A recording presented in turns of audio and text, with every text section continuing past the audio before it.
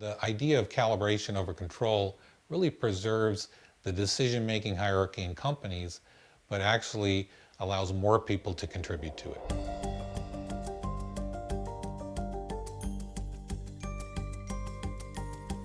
Hi, my name is Atif Rafiq. After a 17-year career in pure technology companies such as Amazon, I made the shift to drive digitization in traditional companies.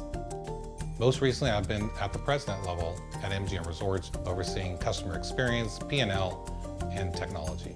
My North Star is to spread and share agile, modern management approaches across companies of all kinds, recognizing there's an acute need for it at large incumbent companies.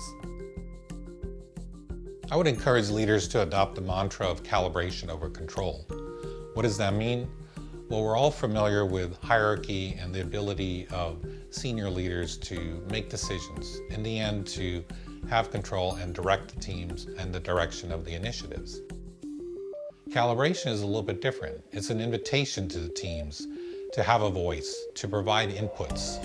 It creates a safe space for employees, and it fulfills a primary need to be understood and to be able to contribute.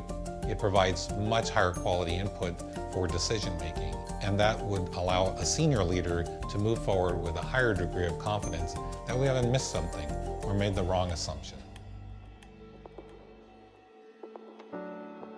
It's really hard to think of a period in business history where there's so many unknowns, so many new things to figure out, and that burden is falling on our employees.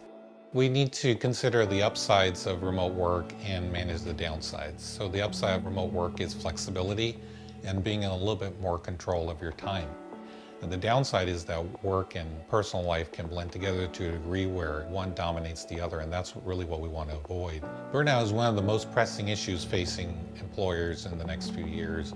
How do we manage it? How do we do a better job of getting ahead of it? First and foremost, we have to realize that people balance their work and their personal lives in different ways. And so we have to give people the flexibility to pull that recipe together. And that should be very doable in an age where we have all the tools in the world to make that possible. Somehow we've gotten in a situation where meeting culture dominates organizations. We now have an opportunity to really focus on freeing up people's time so that they can create new knowledge, new insights, new intellectual capital for the company. That can take place through collaboration tools where people are coming together, but just asynchronously on their own time. We know that meetings are a part of that, but they're not the whole recipe.